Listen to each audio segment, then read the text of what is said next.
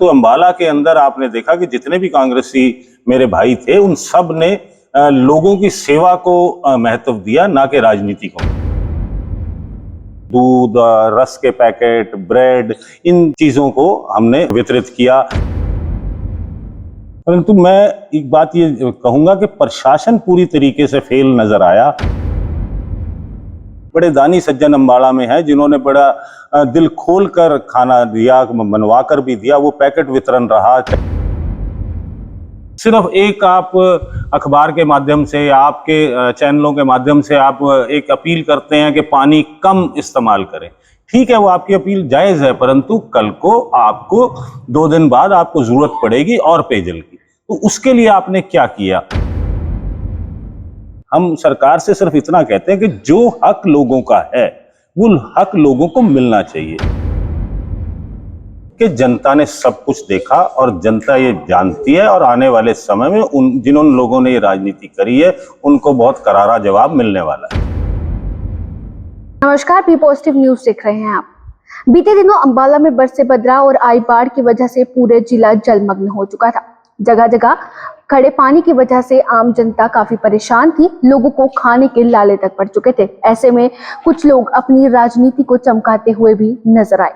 वहीं कुछ पॉलिटिकल मुद्दों पर भी आज हमारे साथ बात करने के लिए मौजूद हैं कांग्रेसी नेता चेतन चौहान। तो आइए उनसे जानते हैं कि बाढ़ के समय में उन्होंने किस प्रकार लोगों की मदद की है, और साथ ही में जो लोग बाढ़ के समय में मदद के नाम पर राजनीति करते हुए दिखाई दिए, उन पर उसका क्या कुछ कहना है। सर, सबसे पहले तो बी पॉजिटिव न्यूज में आपका स्वागत करते हैं।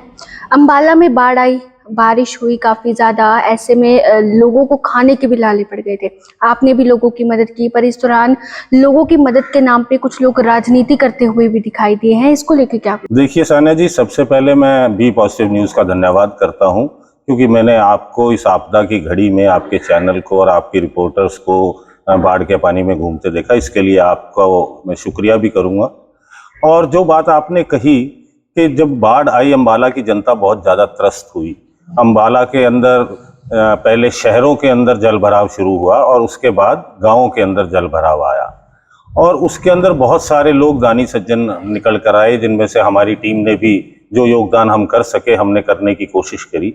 और जो आप राजनीति की बात कर रहे हैं, कई लोगों का सिर्फ काम ही आपदा के अंदर, चाहे वो कोरोना की आपदा रही हो या आज जो अंबाला के अंदर ये बाढ़ के रूप में आपदा आई, इसके ऊपर सिवाय राजनीति और राजनीति के तंज कसते हुए मुझे नजर आए। जबकि धरातल पर उन्होंने कुछ भी काम करने का, ना तो उन्होंने कुछ समझा काम करना। और परंतु मैं एक बात कहूंगा आपके चैनल के माध्यम से कि जनता ने सब कुछ देखा और जनता ये जानती है, और आने वाले समय में जिन लोगों ने ये राजनीति करी है उनको बहुत करारा जवाब मिलने वाला है।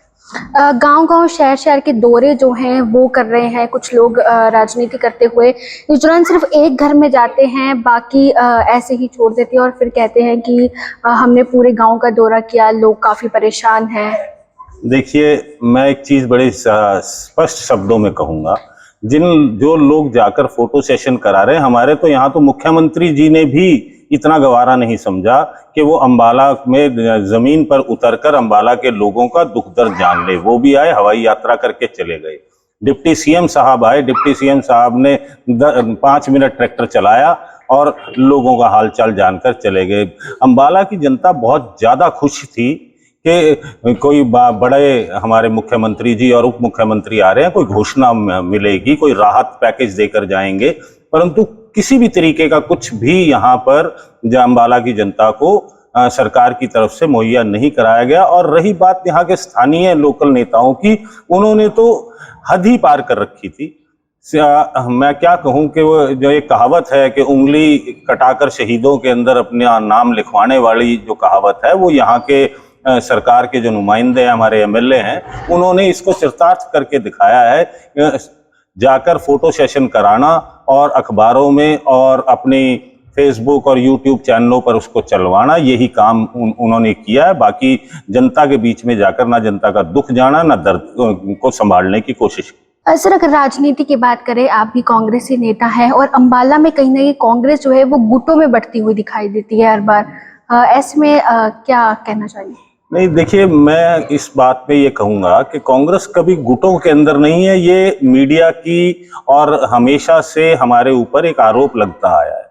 देखिए, पार्टी हमारी बहुत बड़ी पार्टी है और हर आदमी का यहाँ काम करने का अपना अपना तरीका है। आप देखेंगे इस आपदा में भी हर कांग्रेस के आदमी ने बाहर निकलकर अपने अपने साथियों के साथ जितना भी उसमें सामर्थ्य था उस सामर्थ्य के हिसाब से उसने काम किया है। और कहीं मुझे नहीं लगता कि कोई गुटबाजी की तरह था, क्योंकि गुटबाजी जब होती है तो वो फिर राजनीति में तब्दील हो जाती है। परंतु अंबाला के अंदर आपने देखा कि जितने भी कांग्रेसी मेरे भाई थे उन सब ने लोगों की सेवा को महत्व दिया, ना कि राजनीति को। सर, फोटो सेशन की बात की है आपने कि कुछ लोग जो है फोटो सेशन करवा रहे हैं मदद के नाम पे। आपने लोगों के लिए क्या कुछ किया है? देखिए साने जी, ये बातें वैसे आपने आज पूछ ली तो मैं बताऊंगा, परंतु ये समय दुख की घड़ी का समय है। इसमें आदमी जब वहां जाता है, जैसे हम जिस दिन से बरसात शुरू हुई 9 तारीख को ये बारिश शुरू हुई, और तो हम 9 तारीख को ही निकले, लोगों के बीच में गए। पहला दिन तो हम सिर्फ लोगों की परेशानियों को समझने में लग गया। फिर बरसात चलती रही, पानी जल भराव और होने लगा। हमने उसके बाद जो जो लोगों की जिस तरीके से लोगों को दिक्कतें आ रही थी, जैसे शुरुआत के अंदर लोगों को ज़्यादा दिक्कत ये नहीं थी। पहले 2 दिन दिक्कत ये थी कि सामान लोगों के पास इतनी मैन पावर नहीं थी। कोई बुजुर्ग महिला है, कहीं महिलाएं हैं, कहीं बच्चे हैं। जब पानी उनके घरों में घुसा तो उनके पास कोई इतने लोग नहीं थे कि वो अपनी ज़रूरी सामान को ऊपर उठा सकें। तो 9 तारीख को मैं और मेरी टीम ने कम से कम हमने सेक्टर 9, दुर्गा नगर, मॉडल टाउन, कांची नगर, बहुत सारे इलाकों में जाकर सबसे पहले दिन तो हमने वो मदद करी कि लोगों के सोफे भीग रहे थे, लोगों के फ्रिजों के अंदर पानी जा रहा था। तो ये जैसे जैसे और जल भराव होता हुआ रहा और पानी लोगों के घरों में आया, फिर दिक्कतें और आ गई, चैलेंजेस और आने लग गए। जैसे दूध की सप्लाई नहीं हो पाई, ब्रेड नहीं पहुंच पाई, खाने की समस्या होने लगी। तो फिर हमने लोगों के यहाँ जितना हम कर सके, हमने दूध, रस के पैकेट, ब्रेड, इन चीज़ों को हमने वितरित किया। फिर एक नई चीज़ निकल कर आई कि सबसे ज़्यादा दिक्कत थी साफ पानी की, पीने के पानी की। फिर जब वो पता लगी तो फिर हमने जितनी भी हमसे तैयारी हो सकी, जितने भी हम पानी की साफ पानी को लोगों तक पहुंचा सके, हमने वो पहुंचाने की कोशिश करी। उसके बाद जब नया चैलेंज तब आया जब बरसात रुक गई और पानी कम होने लगा। फिर लोगों के साथ, क्योंकि यहाँ 5 दिन से किसी मोहल्ले में 5 दिन से लाइट नहीं थी, कि किसी गांव के अंदर 5-6 दिन से लाइट नहीं थी, तो उसके बाद सबसे बड़ी समस्या आई कि साफ पानी कहाँ से लाए, लोग अपने घरों को साफ कैसे करें। फिर वो टैंकरों के माध्यम से हमने उसके अंदर करा। और कहीं खाना पहुंचाने की बात थी तो हमने अपना भी बनवाया, लोगों से मदद भी ली, और लोग बड़े दानी सज्जन अम्बाड़ा में हैं जिन्होंने बड़ा दिल खोल कर खाना दिया, बनवा कर भी दिया। वो पैकेट वितरण रहा, चाहे वो हमें बोट में बैठ के जाना पड़ा, चाहे वो ट्रैक्टर पे बैठ के जाना पड़ा, पर हमने जितना हम कर सके अपने हिसाब से उतना हमने करने की कोशिश, एक छोटी सी कोशिश इस शहर के लिए करी। परंतु मैं एक बात ये कहूँगा कि प्रशासन पूरी तरीके से फेल नजर आया। जहाँ भी हम जाते थे कहीं भी कोई आदमी प्रशासन का नहीं मिला, चाहे वो बरसात के टाइम में था, चाहे वो आज भी अम्बाला के अंदर इतना बुरा हाल है कि कई जगह आज भी लाइट नहीं है। कोई सफाई की अभी तक प्रशासन की तरफ से किसी तरीके की कोई टीम इन्होंने गठित नहीं की। इस आपदा के समय में मैं सरकार को एक बात कहना चाहूंगा कि हमको यहाँ सरकार को आलोचना करने के लिए नहीं है। हम सरकार से सिर्फ इतना कहते हैं कि जो हक लोगों का है वो हक लोगों को मिलना चाहिए। आप आज सरकार के अंदर हैं, आप आगे आए, लोगों की दुख तकलीफ दूर करें। इसके लिए चाहे प्रशासन से मदद ले सरकार, ये सरकार को देखना है, उसकी तैयारी करें। अब जो हो गया, आगे कम से कम लोगों को ये समस्याएं ना आए। सर, कई जगहों से अभी जल भराव जो है वो खत्म हो चुका है, पर लेकिन गंदगी का अंबार जो है वो शहर में लगा हुआ है। ऐसे में निगम भी कहीं ना कहीं नजर नहीं आ रहा है, इसको लेकर क्या? मैंने साने जी आपको जैसे कहा कि हालात ये हैं आज कि प्रशासन नाम की चीज है नहीं। शासन और प्रशासन दोनों साथ साथ चलते हैं। ना तो शासन नजर आ रहा है, ना ही प्रशासन नजर आ रहा है। अब जिस तरीके से मेरी आपसे भी चर्चा रहा कि अब चैलेंजेस कुछ और हैं। अब बीमारी फैलने का चैलेंज है, मच्छरों का चैलेंज है, गंदगी का चैलेंज है। अब उसको आज लोगों को खाने की जरूरत नहीं है, अब लोगों को सेटल हो गए हैं, आज उनकी साफ सफाई की जरूरत है। आप फॉगिंग कराइए, कोई डिसइंफेक्ट की स्प्रे कराइए। जब तक वो चीजें नहीं होंगी तो ये हालात और बद से बदतर होंगे। और मैं ये मानता हूं कि ये 4-5 महीने ये बाढ़ अंबाला में अपने पच्चे निशान छोड़ कर जाएगी। पेयजल की बात की आपने, नरवाना ब्रांच टूटने की वजह से सिर्फ आज के लिए ही पेयजल जो है वो बचा है। ऐसे में अभी प्रशासन के भी इतने इंतजाम जो है वो देखने को नहीं मिल रहे हैं। मैं बार बार एक बात बोल रहा हूं कि प्रशासन और शासन दोनों ही कहीं नहीं है। अभी आपने कहा कि पेयजल की इन्होंने एक जैसे दिन में 2 दफा अंबाला के अंदर ये पेयजल की सप्लाई करते थे, पिछले 2 दिन से ये एक टाइम की कर रहे हैं। अब आपूर्ति के लिए इन्होंने क्या प्लान बनाया है? पेयजल खत्म होने जा रहा है, जो हमारे रिजर्व थे, जो हमारे टैंक्स के अंदर रिजर्व था, माइनर टूटने की वजह से उनके अंदर पेयजल आ नहीं रहा। तो इन्होंने अभी तक कोई प्लान ना तो है, ना कोई एडवाइजरी है।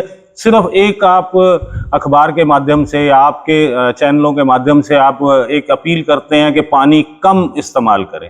ठीक है, वो आपकी अपील जायज है, परंतु कल को आपको 2 दिन बाद आपको जरूरत पड़ेगी और पेयजल की, तो उसके लिए आपने क्या किया?